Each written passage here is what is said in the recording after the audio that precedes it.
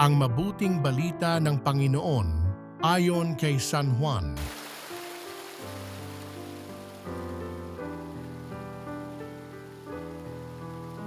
Nung panahong iyon, sinabi ni Jesus sa mga Pariseo, "Ako'y yayaon. Hahanapin ninyo ako, ngunit mamamatay kayo sa inyong mga kasalanan. Hindi kayo makapupunta sa paroroonan ko." Sinabi ng mga Judyo, magpapakamatay, kaya niya sinasabing, "Hindi kayo makapupunta sa paroroonan ko?"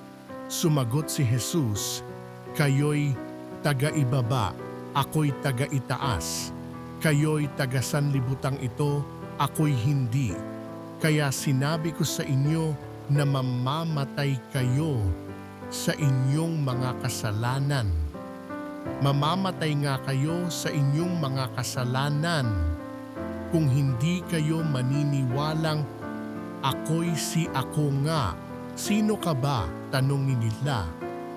Sumagot si Jesus, "Ako'y yaong sinabi ko na sa inyo mula pa noong una. Marami akong masasabi at maihahatol laban sa inyo. Ngunit totoo ang sinasabi ng nagsugo sa akin at ang narinig ko sa kanya ang ipinapahayag ko sa sanlibutan." Hindi nila naunawaan na siya'y nagsasalita tungkol sa Ama, kaya't sinabi ni Jesus, "Kapag naitaas na ninyo ang Anak ng Tao, malalaman ninyong ako'y si ako nga. Wala akong ginagawa sa ganang sarili ko lamang. Nagsasalita ako ayon sa itinuturo sa akin ng Ama. At kasama ko ang nagsugo sa akin. Hindi niya ako iniiwan sapagkat lagi kong ginagawa ang nakalulugod sa Kanya."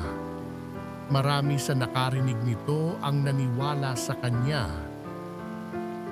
Ang mabuting balita ng Panginoon